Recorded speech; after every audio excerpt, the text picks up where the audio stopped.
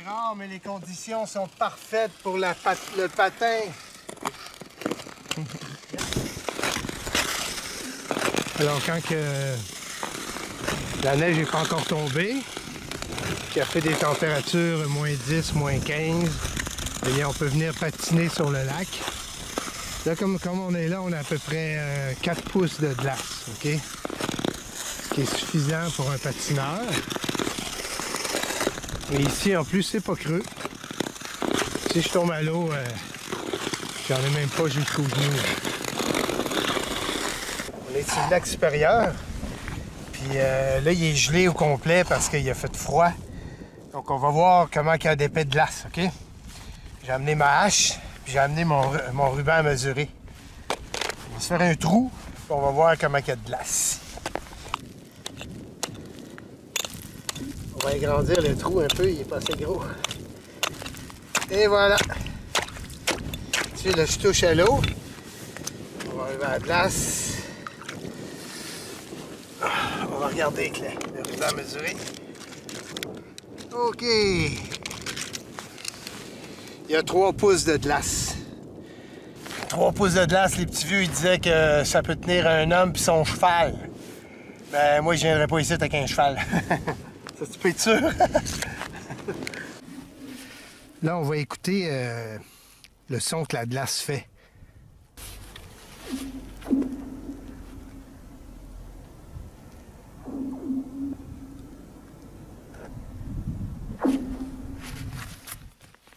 Entends ça, hein?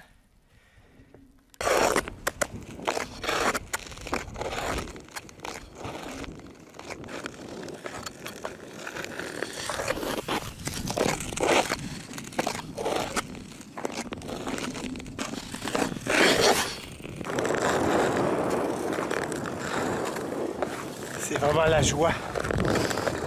Ça n'arrive presque jamais. Il faut en profiter. Le lac, il parle. Il n'arrête pas de parler. Et tu vois, on voit vraiment l'épaisseur de la glace par les craques. Donc, même ici, il y a 3 pouces de glace, là.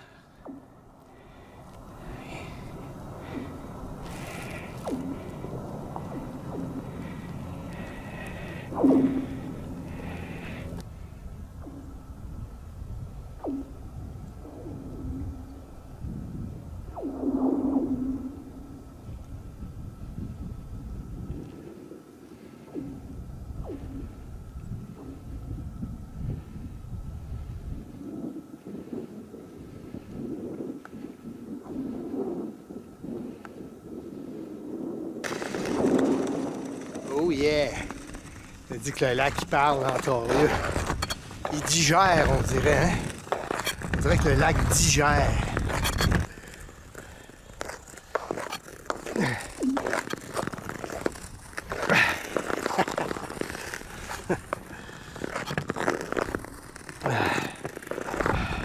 Prendre un petit apéro tremblé. Ça se garde au froid, c'est sur la glace. Hein? Aïe. Le lac il chante, moi je chantais avec.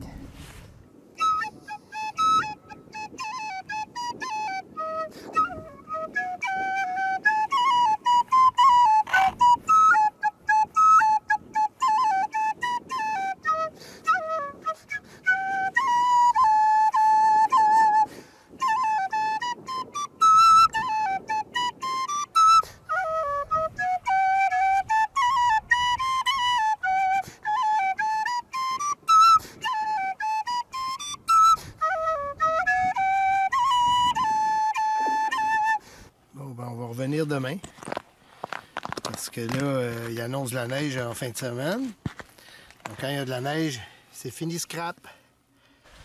Oh! Là, il a gelé encore pendant la nuit, là, puis m'a dire, c'est mon 2e jour que je viens patiner. Là, je vois un petit peu plus loin, je suis un petit peu plus brave. C'est une belle glace noire qui fait 4 pouces. Il y a des craques partout. Ça a l'air vraiment parfait, guess, c'est beau. Hein? Là, on voit le Mont-Tremblant. C'est fucking beau, man. Ah, j'ai des copains là-bas. J'ai des amis patineurs. Hein, des amis.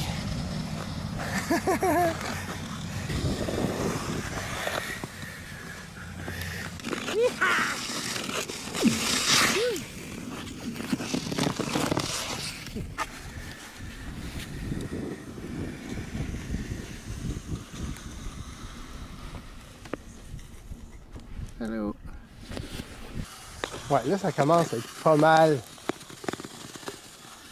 Là, je commence à être pas mal loin, là. Là, il y a une espèce de rond bizarre, là. Mais ce qui arrive, c'est que nous autres, on passe, hein? Donc, tant que tu passes, il n'y a pas de problème. Puis ici, il n'y a pas de courant, là. Donc, on voit les plantes, hein?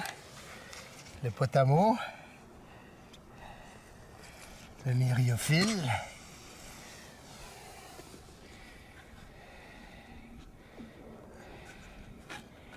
Et le Mont-Tremblant.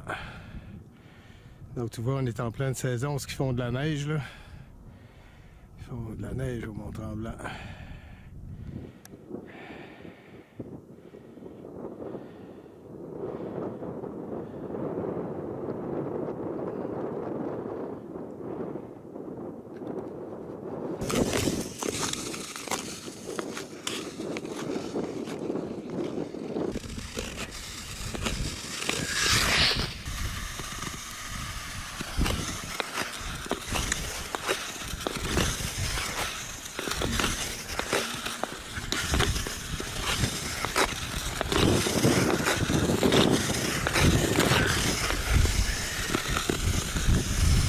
Il y a du vent, puis les patins font du frima.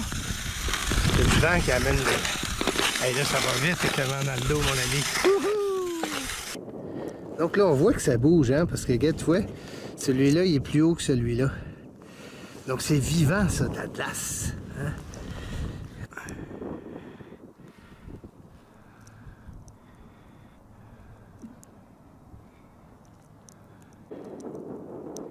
Et ça, c'est le frima que je fais avec ma lame qui s'envole au vent, là, parce que...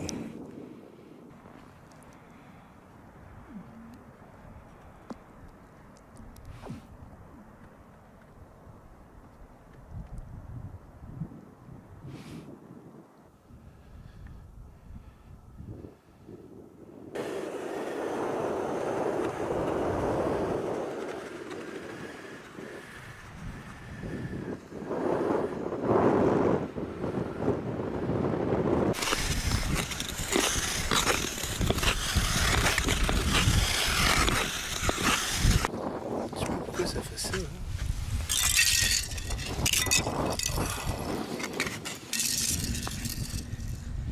Donc, on partage la bonne nouvelle. J'ai appelé mes amis. Donc, on va aller patiner en groupe aujourd'hui. On est en plein jour. On voit le fond du lac. Puis là, ils parlent en Ontario, le lac. Écoute-les.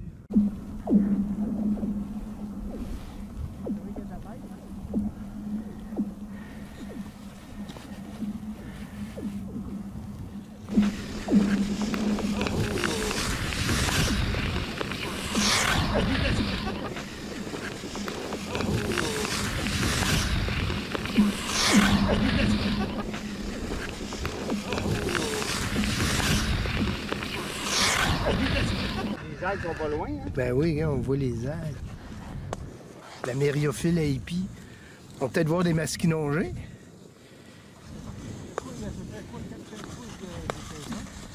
Minimum. En plus que ça. Oui, c'est là d'avoir un bon... c'est parce que ce que tu vois, la craque, c'est encore un petit peu plus loin, ma remarque, avec les...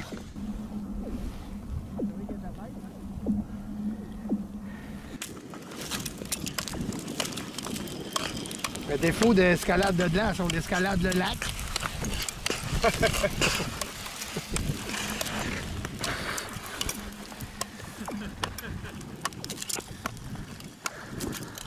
Handicapé, tu sais. OK, les gars sont bons. Ah ouais, par en arrière, mon Bruno.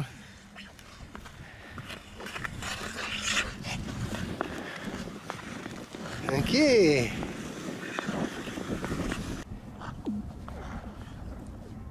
Sincèrement, il n'y a vraiment aucun danger. Hey, mon Dieu, un artiste! Il a fait quoi? Il a fait sur une patte, sur une patte.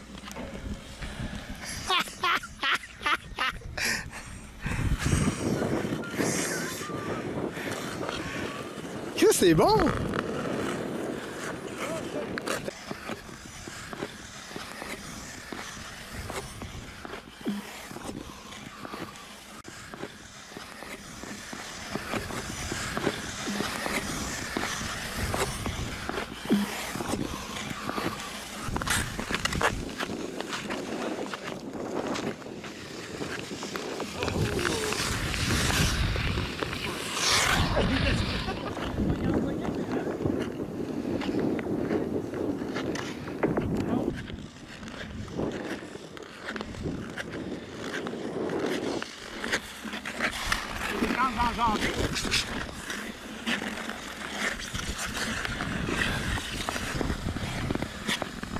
Tu fais des grandes enjambées sur nous, hein? Alors là, il est bon. Je regarde tes pattes, là. Ouais.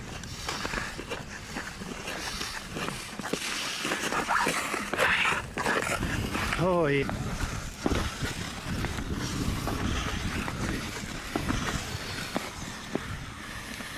On est rendu au bout du lac, mais là, c'est pas mal mince. Donc, on s'en retourne.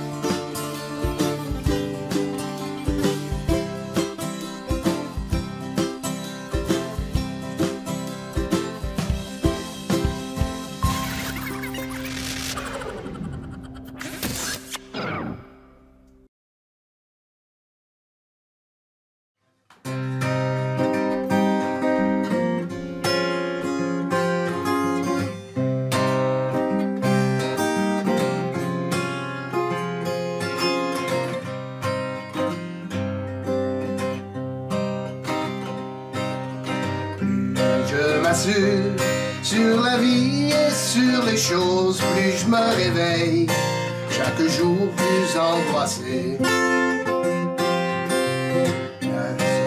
Me hante, je fais des cauchemars de brocante, tout s'enfuit, en sursaut je me réveille. Devant l'échec du matériel, l'échec, devant l'échec du matériel, devant l'échec, on peut me priver d'amour mais pas de posséder, plutôt vendre mon âme et puis mourir. Ma valeur marchande à la bourse de l'enfer est à la hausse, à chaque angoisse qui me ronde. Devant l'échec du matériel, devant l'échec, devant l'échec du matériel, devant l'échec. Marche arrière, entreprendre un demi-tour est bien au-dessus de mes forces déployées. À faire ce que je dois, ce que les choses attendent de moi, à maintenir mon avant qui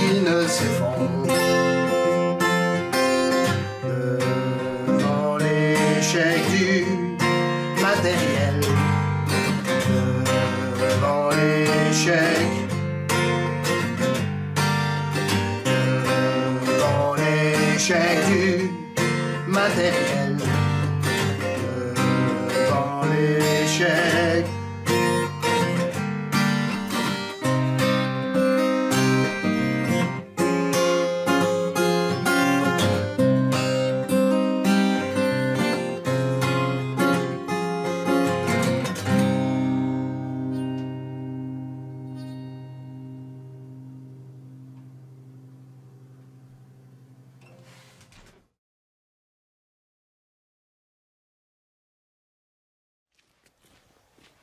Encore du bois de chauffage. Là, je sais qu'en Europe, ça coûte cher. Moi, j'ai comme une maladie mentale. C'est comme la maladie de Diogène, tu sais, ceux qui ramassent des affaires. Moi, finalement, c'est le bois. Là, comme là, j'ai 25 cordes de bois. Et puis, je vais en faire encore un petit peu cet automne. Là, j'ai une nouveauté que je vais vous montrer. Ma nouvelle vieille fendeuse à bois à essence. On a eu un héritage, OK? Donc là, je vais commencer par couper des bûches. Alors, pour ce faire, je vais utiliser ma scie Eco. OK? C'est une CS510P. Et puis, ce que j'aime avec cette scie-là, c'est que ça démarre tout le temps. Les scies styles, des fois, tu es toujours en train de gosser. Ça, c'est... Ah! J'haïs ça. Donc...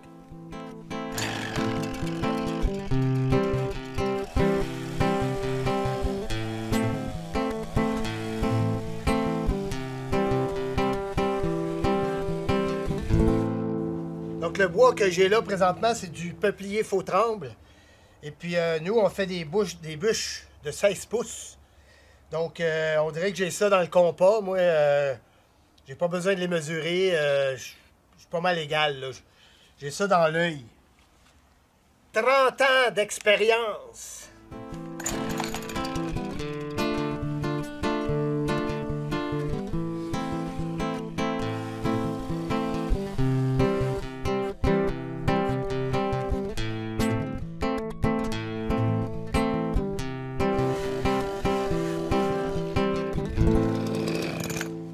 Donc, comme tu peux voir, je me rends pas jusqu'au bout parce que la pire chose, c'est d'envoyer sa lame dans la terre. Parce qu'une scie mécanique, quand tu envoies ça dans le sable, automatiquement, ça coupe plus. OK? Puis ça me tente pas d'aiguiser ça tout de suite.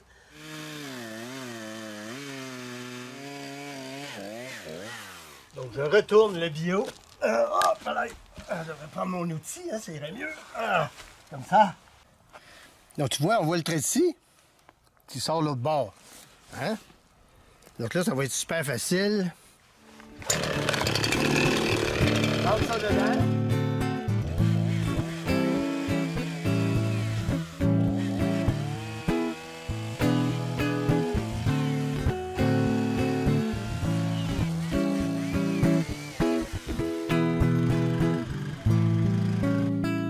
Donc l'avantage de cette fendeuse à bois, c'est que je peux la traîner avec mon bicycle. Puis tu vois, c'est vraiment une régine. Nous autres, on appelle ça une régine. Donc, c'est une fendeuse artisanale, hein, qui a été faite à la main par un vieux monsieur qui nous l'a donnée. Hein? Donc, à cheval donné, on ne regarde pas la bride. Donc, je vais te présenter le truc. Donc, supposément que le moteur est quand même assez neuf. Là. Lui, il a été changé. Hein? Ça, c'est le moteur 2 temps à essence. On vient de faire un changement d'huile, il n'y a pas de problème. Donc, on a le moteur ici avec un petit... pour pas manger la boucane d'en face. Ça, c'est la pompe à l'huile. Hein? La pompe à l'huile. Ça, c'est le réservoir à huile qui tient par la peur. Hein? Ça tient par la peur. Ça s'en va de même au cylindre qui est ici. Et ça, c'est pour fendre le bois. Naturellement, j'ai des choses à réparer. Là, j'ai un pneu qui dégonfle. Ça, c'est tannant. Mais je vais y mettre une chambre à air dedans. Et puis, je l'ai essayé. Là. À date, ça fonctionne super bien. Donc, on va aller fendre du bois. C'est sûr que moi, j'aime ça fendre le bois au merlin, à la masse. Mais, je m'en viens vieux, finalement. Puis, je pense que je vais aimer ça. Une fendeuse à essence. C'est pas mal moins forçant, mais c'est pas mal moins écolo. Ça prend de l'essence pour faire du bois à brûler. En tout cas, on n'arrête pas le progrès. Donc, ce qui est drôle dans cette fendeuse-là, c'est qu'elle a un démarreur électrique. Donc, je branche ça, je mets l'étrangleur, 1, 2, 3 petits coups ici. Je monte jusque là, on va voir si ça marche.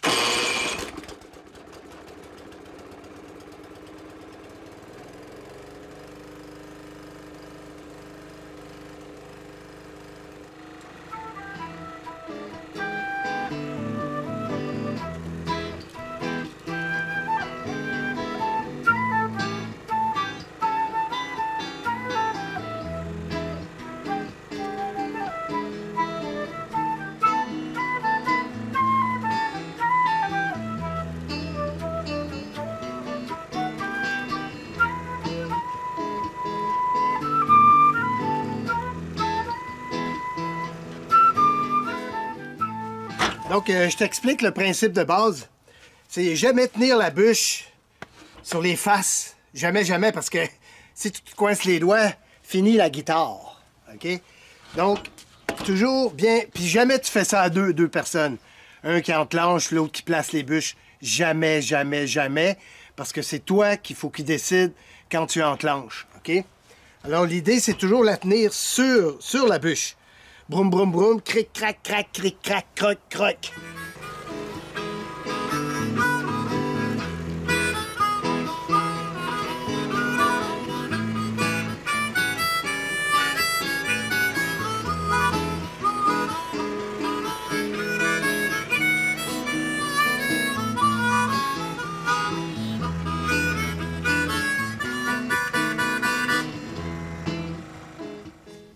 Et voilà.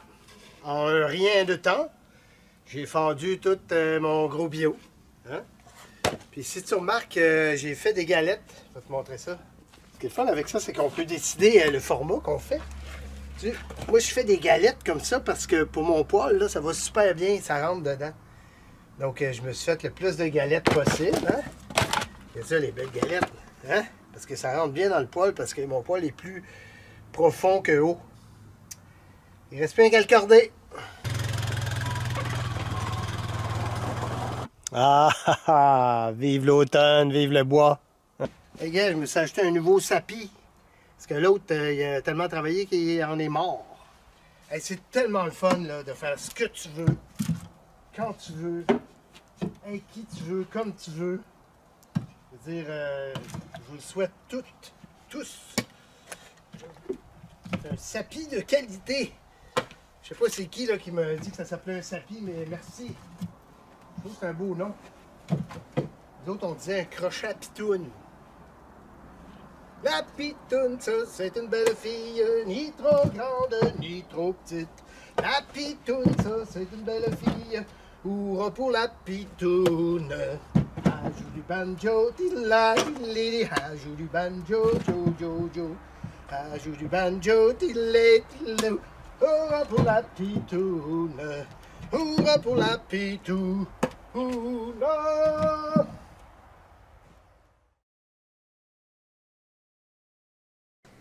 Hey, check-moi la belle guitare, toi Torbin.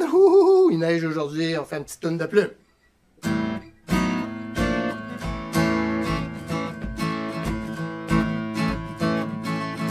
600 000 de réparation. Nous v'là rendu, je suis Georges Caron, qui est bien assis dans son hangar, avec une belle bouteille de fort.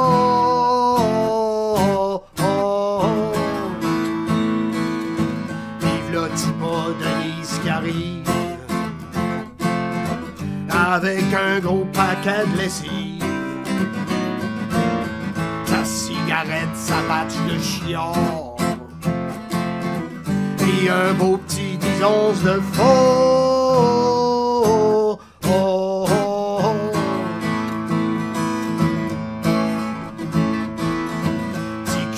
Gelé comme un pied, qui a du tête au bout du quai, qui s'ostine avec Georges d'Or pour y refiler une shot de fond.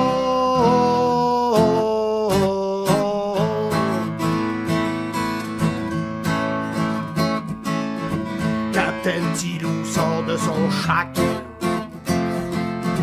pour aller s'acheter un six-pack. Mais le petit pas qui revire de bord pour aller prendre une shot de fond.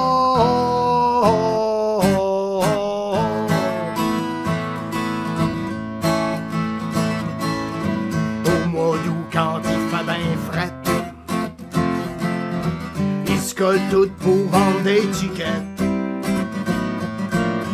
remplissent les bateaux jusqu'au bord, puis vident toutes les bouteilles de fond.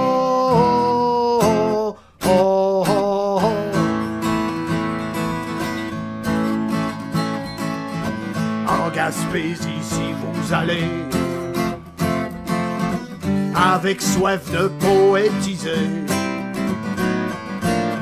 dites-vous vous êtes déjà en retard. Soignez votre soif avec du fond.